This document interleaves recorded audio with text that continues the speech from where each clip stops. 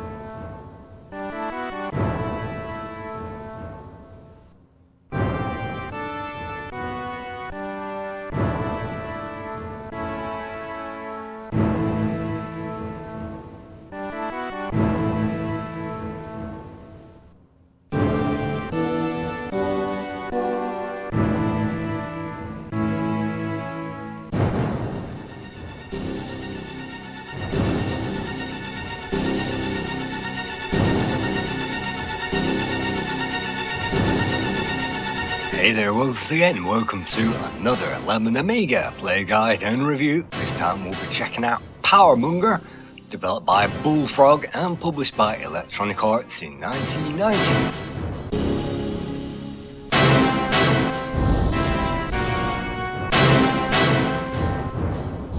After a tremendous intro sequence and some tremendous music, we get to the titles. We can see this was released in 1990. And the coder, well, chief coder of course, Peter Molyneux, and with the help of Kevin Dorkin and Glenn Court.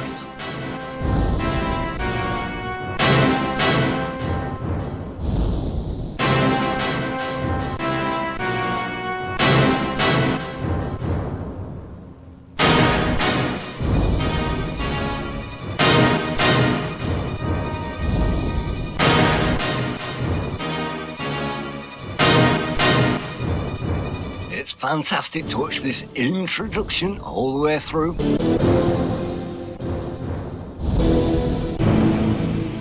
And you can see some of the credits of this game, some of which we will go into a bit later on.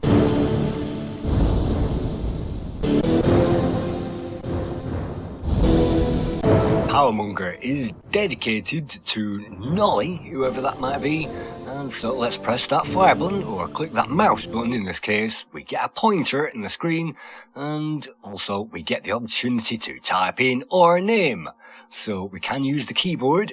Let's type that in. We can now, welcome to the world of Powermonger, Dan. Select your option. We can have a new quest, continue quest, play a random map, or load a data disk. And there was a World War I version of this game released. I'm not quite sure if they got around to a data disk. You can see the map is split into a 5x16 grid. We start in the top corner and the aim is to get to the bottom corner, and it doesn't matter how you get there. So let's just click on the first map and we see the sponge with water pouring off it.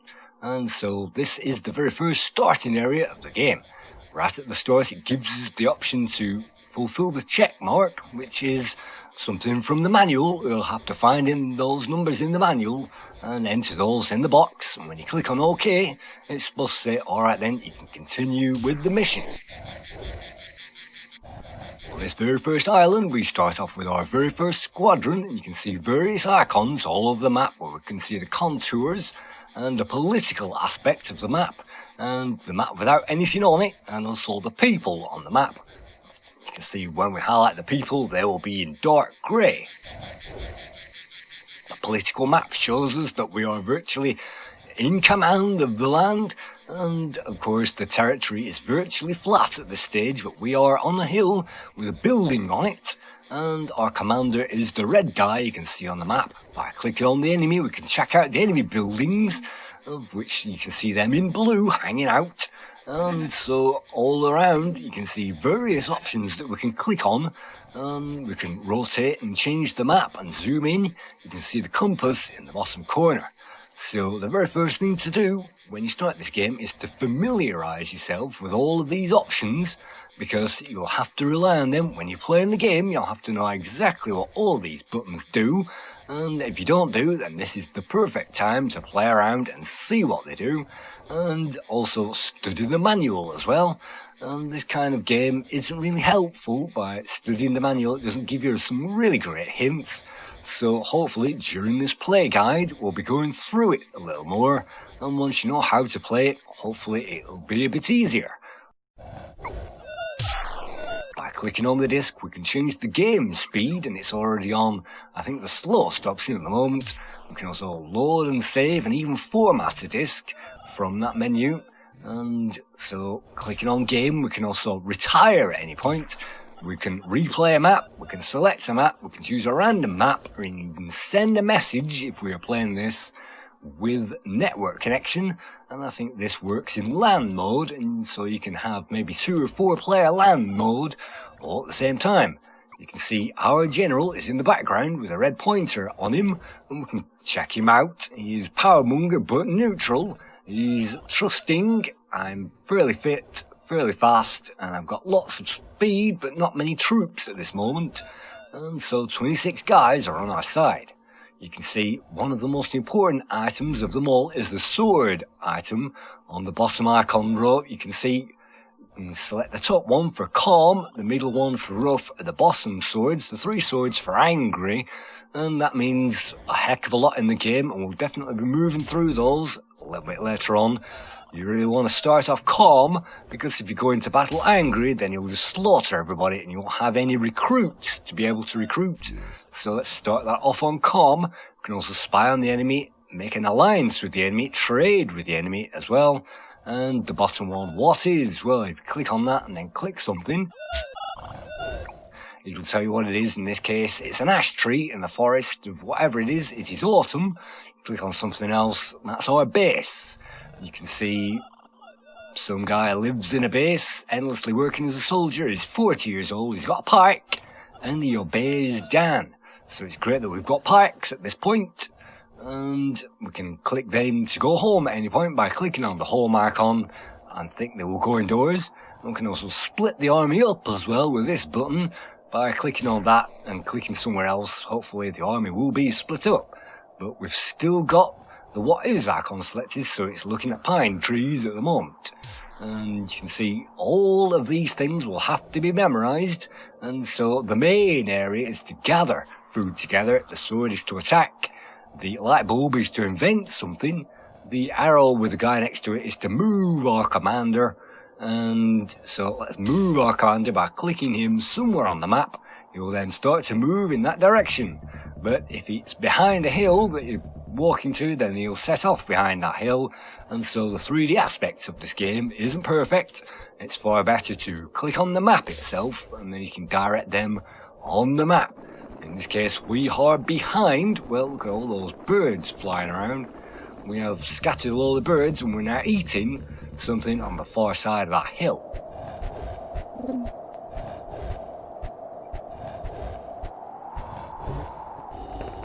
Our guys will automatically make camp, but at this point it's important to memorise the rotate buttons so that you can see everybody, and also the compass, which also points north, and you can also zoom in and out of that area by clicking on the in arrows, which is a ridiculous waste of space just for one zoom in button, and the all out arrows are obviously to zoom out.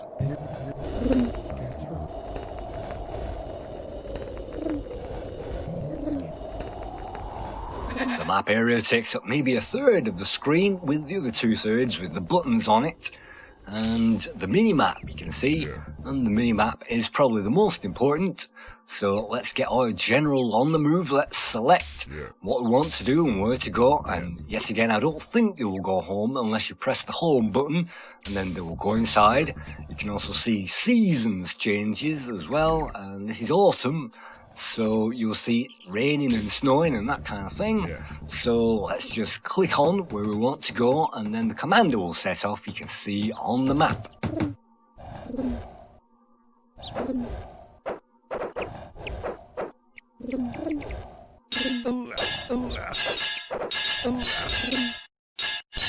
When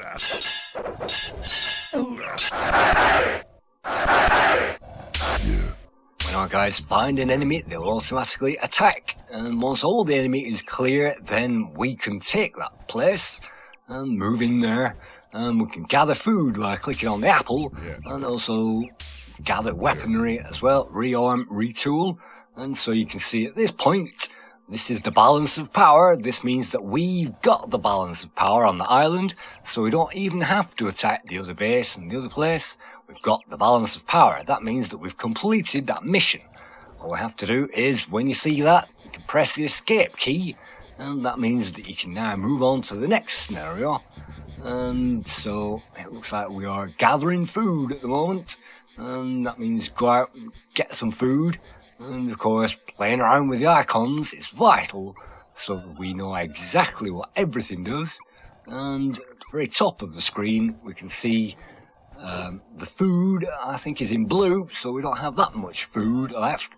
Let's check this out. It's a farmhouse, and so there's people in it, and 0 people are discontent at the moment.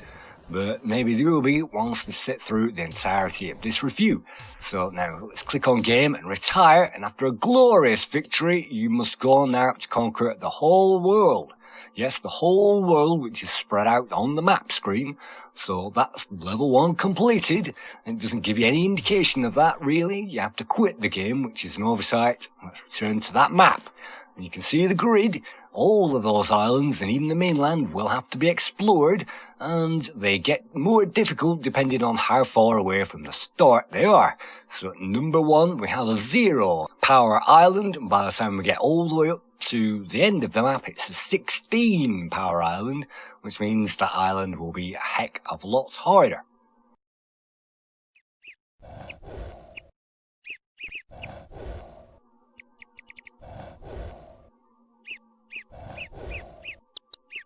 Checking out a new map, the first thing that I like to do is to go in there, and if you can attack the enemy when they're not in the camp, that's great, because they will run out of their homes and leave those undefended.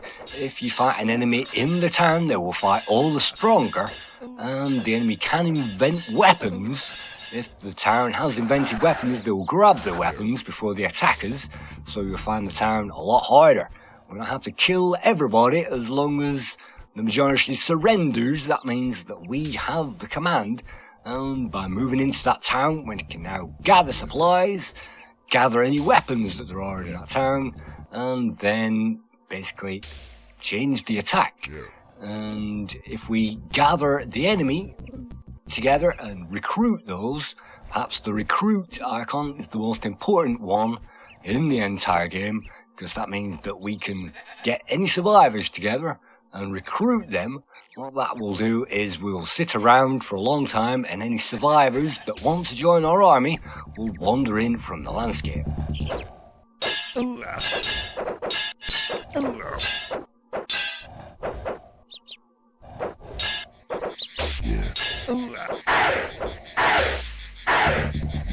At this stage, it doesn't take that long for people to surrender, and if they die, you'll see angels leaving the scene and popping right off the top of the screen, and that's very nice to see.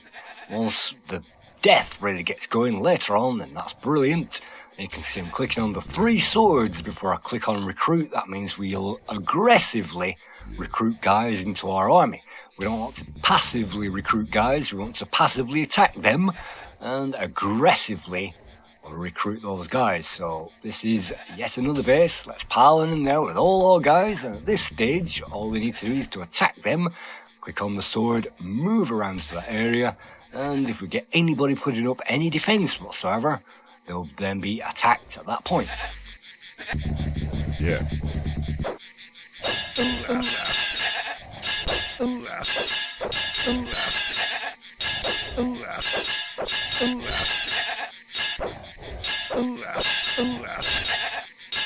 If the enemy tries to run away, our guys will run after them, and you can see now the balance of power means we've got everything we need. We don't have to recruit anybody, we don't have to get anything else on the mission. There we go, the blue line is now to the top, which means we've got full health, full food on board, and the orange line means we've got plenty of recruits, half of the recruits. And look at that, we've even recruited a new general. You can see 2 generals at the top of that map.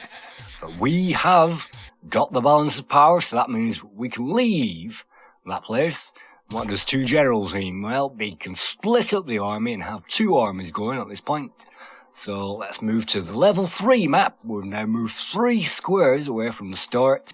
And so let's check out this map. It's a good idea to scout the area before we even start. And check out our weaponry versus the enemy's weaponry. Because if they have swords and we only have pikes, it's a good idea to attack a town and then invent.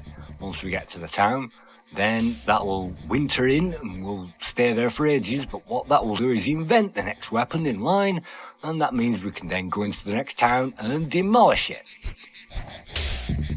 Yeah.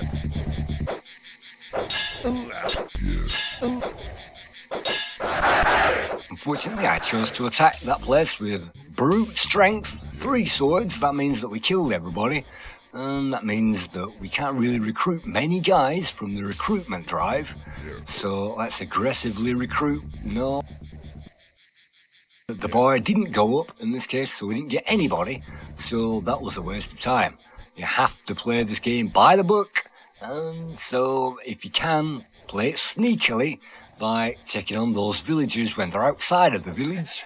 And throw stones at them and invent weapons and that kind of thing. And that's all the great. But you can see at this moment that the enemy is outnumbering us. You can see the balances of power is definitely in the enemy's favour. And so what can we do? It looks like we don't have a general at this point, but the enemy is pouring into that village. If we attack that village, we're going to get demolished. And you can see a boat on the horizon. What do we do? Well, in this case, I'm running away, it looks like, to another village. And that means, hopefully, I can take this stronghold, and maybe we can even attack that place. I'm not quite sure. But you can see it's raining at the moment. That won't really do a lot, but I think movement slows down when it rains, and maybe their attack vigor and that kind of thing may be affected by the weather.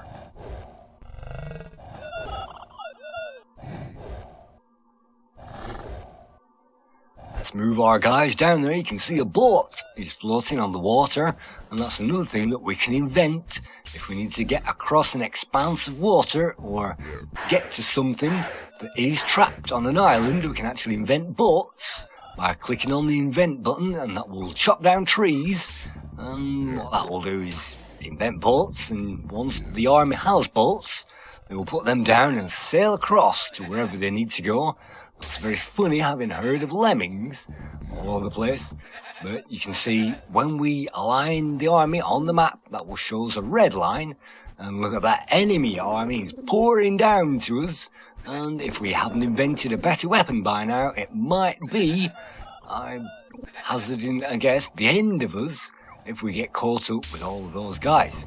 So, as far as I know, what we're going to do is leg it just before that massive army comes in to demolish us.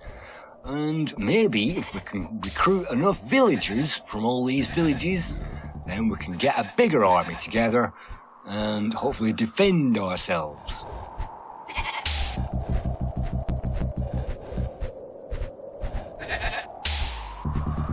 Yeah.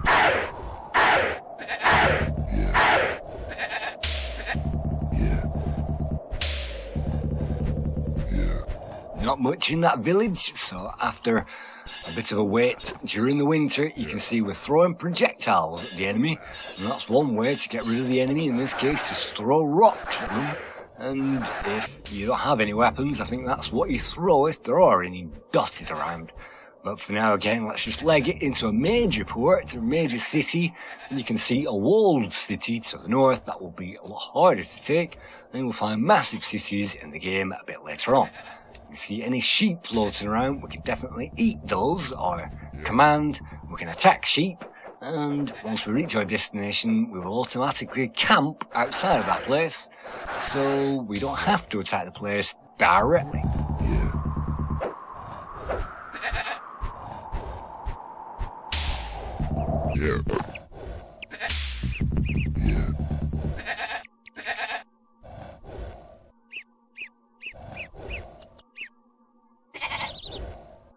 Looking at the big area on the map, it would be a good idea to take that town before that massive army catches up with us. And so you'll have to out-strategize the enemy, because the enemy will go around to all the places on the map you can see and try to get them, but you can see they're trying to get us at the moment, so I'm trying desperately to move my leader away, and maybe on the map we can see that we leave that place just in time, or perhaps not quite just in time, before the enemy come in and demolish that. So in this game you really have to be fast. And maybe if I'd have captured this village to begin with, you can see the tower in the middle, that acts as a stronghold, and if we hold the tower, you can see that is strong, that's got 28 food in there, and that also means that we can defend that place a lot easier. The enemy is trying to attack us, and we didn't quite make it to that tower, I don't think, in time. Let's try to make a run for it, and no, we didn't quite make it. That means probably we'll get slaughtered, so the enemy is spreading out all over the place, but that means we've had it.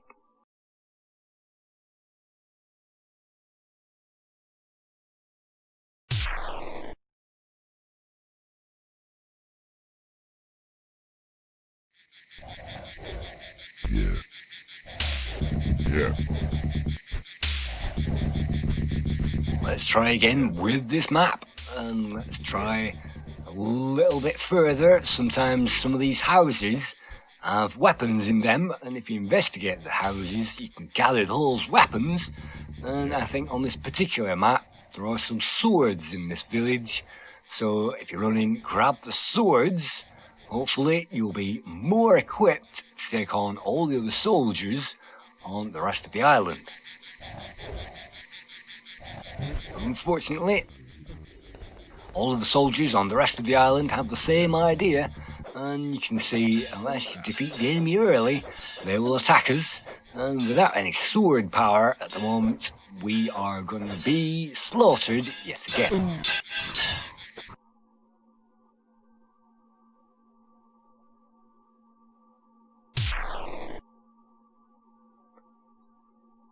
At this point we can change the map and go somewhere else completely, so let's do that. Let's just explore the game a bit more, and you can see that we are now in a different land, and with elevation changes, that changes colour as well, and it looks almost like the settlers. We do have a map, you can see, that stretches all across the top of that screen and loops around it, and you can see the tall areas are in grey and the lowland areas are in green.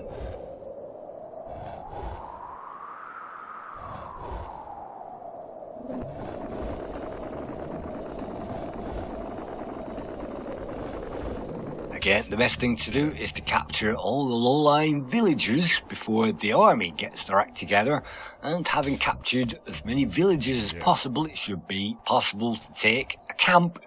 Having taken the camp, it's possible to take a town. Having taken the town, it's possible to take another town, and hopefully we can invent our way out of trouble if we really need to do that. But we won't be seeing too much invention going on in this play guide, and I only tend to invent things when I find an enemy is too strong, because invention takes ages, and you might be at the mercy of attack whilst you sat there inventing something, and that might depend on the strength of your army, the time of year, the availability of raw amenities like trees, and also the size of the town. Because a big town will have a blacksmith in it, a small town won't, and big towns will have workshops and small towns won't, so really these villages are only recruitment centres that we can use to recruit people, and at this stage you really want to have at least half strength, half an orange bar, before we try to attack a major stronghold in the game.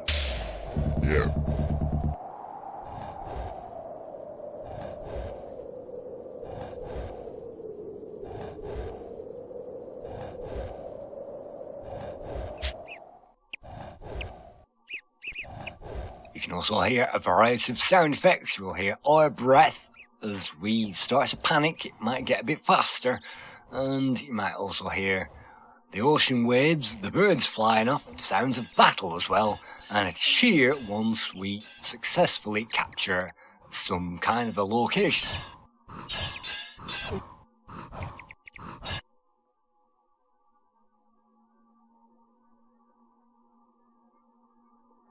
Of course, if we go in gung-ho, it means that we'll probably get demolished. And so let's move on to yet another map. We can even play a random map, I think, at this point. Let's save our progress with a random map. But let's just check out something else. Look at this. There is even causeways that we can cross the water on, which is another new feature. And you can see towns flashing. I think that's perhaps the enemy, all those white dots on the map. And we can also see we have 3 generals as well. And actually reconsidering, I think those 3 generals give us 3 armies. And maybe it's those 3 armies that are flashing on the map. Our first general is in red, and he's to the south. And it really would be a good idea to link up all of those armies at this point. The armies in the north are actually being depleted. You can see there's a huge battle going on right at this point. And so if you don't rush in there and save our allies, unfortunately, you'll be defeated before you've even started the map. So that wasn't any good either. Let's start another random level, and this just gives you an idea of this game. It's a bit like Populous, but maybe deeper in some aspects and not as deep in others. So before we even start this one, let's check out what's going on in the city. You can see 2 citadels in the middle and a lot of guys running around, probably getting killed. So what can we do? Well, we can leave the city and attack a neighbouring city, maybe come back to that. But again, if the enemy hold that city as a stronghold, we'll find that it's very hard to defeat. So I'm running away quickly, hopefully, to that place, and with the group of small soldiers, we can hold this place as a garrison, but it's probably best to link those guys together.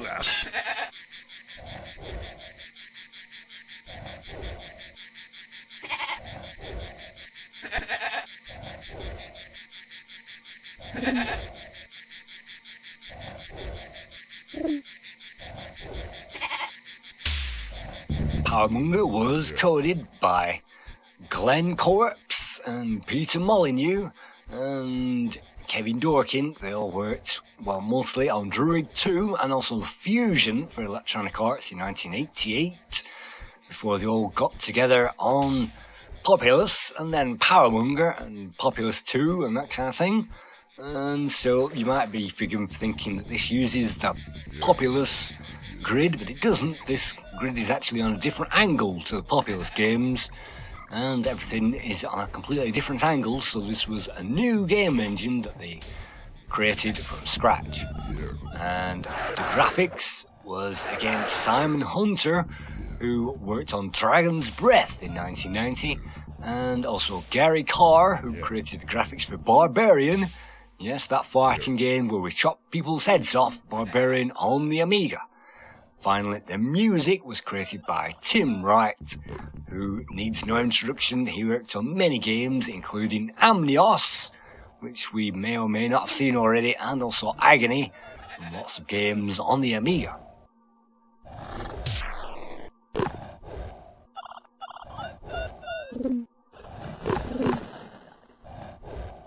Looks like we were playing on the minimum speed and speeding that up towards the maximum.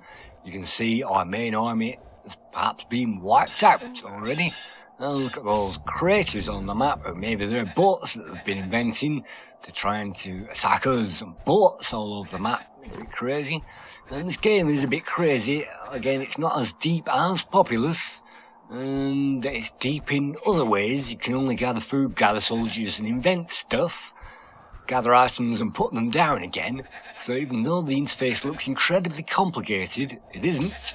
And even though the depth of this game looks immensely deep, it isn't.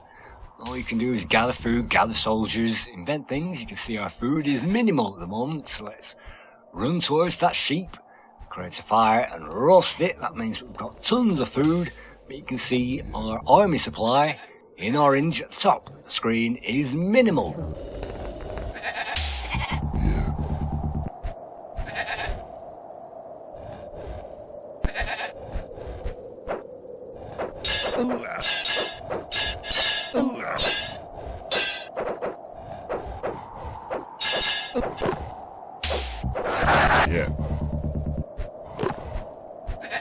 Have we been demolished? Have we managed to survive? And it looks like we might have even made it into that camp.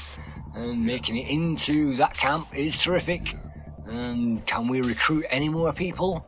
Well, we've got some more morale back, but I don't think that many people involved in this case. We'll just leave the recruitment on for a bit. Let's see if there's any wandering people around. And look at that, massive army is approaching from the north. We can either leg it or face those people, but it's already too late. They've already started to massacre us. So, yet again, that's the end of this game.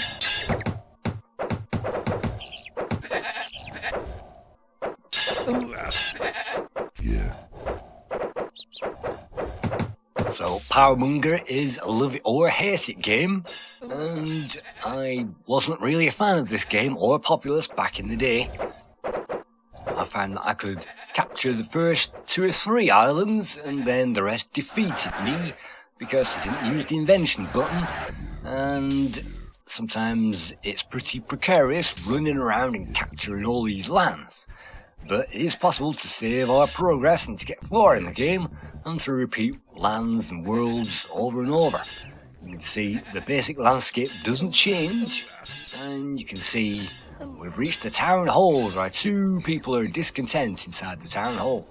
So what can we do? Well, we can try and get some more soldiers together. I don't think it's going to particularly work in this case, but we seem to be surviving, and you can survive a long time in this game without getting killed, as long as you don't kill too many of those enemy soldiers. And you can see, well, the political climate might even give us an indication of which areas might even be on our side. I'm not quite sure, but those colours might be helpful. So there are things in this game, but as far as depth goes, it's probably as far as maybe the Caesar game that we saw. You can basically do a few things, but it's not that complicated, and we can't raise and lower the landscape either like Populous.